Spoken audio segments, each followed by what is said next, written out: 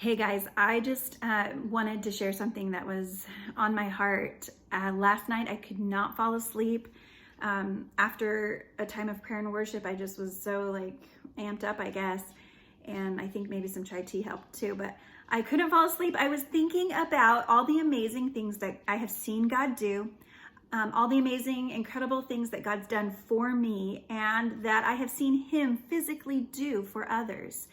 And so it kind of was stirring in my heart, and it reminded me of a verse in Psalm 71. There's some amazing verses in that chapter, and a couple of them just popped out at me when I was thinking about these things. Psalm 71, I'm going to read it. Verse 15 through 18 says, "My mouth will tell of your righteousness, of your salvation all day long, though I know not its measure. I will come and proclaim your mighty acts, O sovereign Lord. I will proclaim your righteousness, yours alone. Since my youth, O God, you have taught me, and to this day I declare your marvelous deeds. Even when I am old and gray, do not forsake me, O Lord, till I declare your power to the next generation, your might to all who are to come." And that's when I got to thinking, gosh, we have so many stories, so many testimonies, so many encounters and experiences that we have had with such an amazing God. And sometimes we share them with our close friends, and we might have a chance to tell others about them briefly, but sometimes we don't. I have been challenged that in these next few days, however long it takes, I want to tell the next generation the marvelous things He has done. And the first story that popped into my head as I was laying there last night took place several years ago when my kids were still very small, and I was preparing to go overseas. I had spent a lot of time in prayer and fasting and just seeking God for what He was taking me into and what He wanted to do in me and through me. And one night I was not sleeping, I was just in prayer, and I had this picture come to my mind. It was a vision of sorts. I could see clearly a lady. I could see her face, I could see her hair, but most of all, my eyes were drawn to her dress. Now, it wasn't any kind of cultural or ethnic garb. It was just a modern day type dress with a specific print. And my eyes were drawn to her. And when I was looking at her and still in prayer, God began to speak to my heart a message to give to her. And I wrote it all down. I didn't want to forget. I continued to just ponder on this thought, this woman, this message. Would I encounter her in my travels? And so weeks later, I arrived, and I had told a couple of my friends who were there on the trip with me, I'm like, I can't wait to see what is going to happen. I'm looking for this lady. I believe that God has given me a message for her. And so we went about our days, and we traveled to different villages, and we did some amazing aid work and just different things. And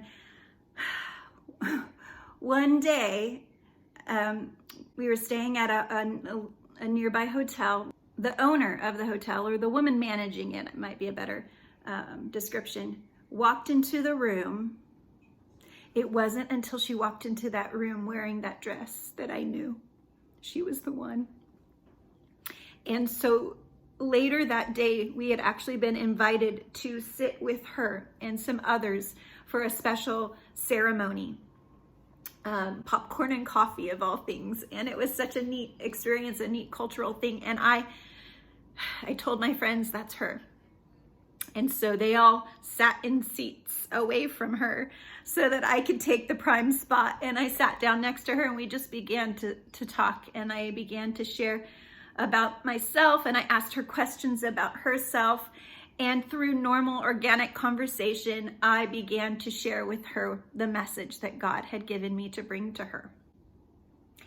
And tears rolling down her face, she was amazed that a God who seemed so far off because she couldn't see Him had given an American woman thousands of miles away her picture and a message to bring to her.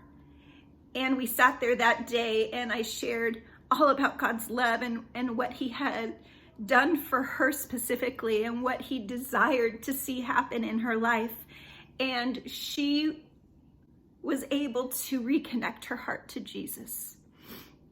That's the God we serve. That's the God who, no matter how small or insignificant we feel, or how great a need we have, he comes to meet us where we're at. And maybe today you feel like you can connect to that story.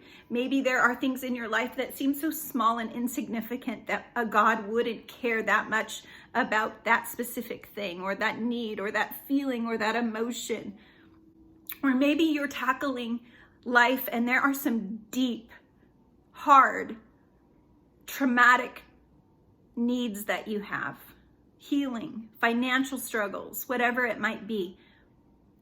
The God that I love, the God that I serve, cares about everything from the small to the big. And he has a message of hope for you. And he has a message of love. And he wants to radically transform your life.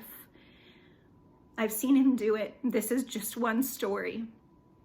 So I would love to be available to pray for you if you would like. You can private message me or you can comment below.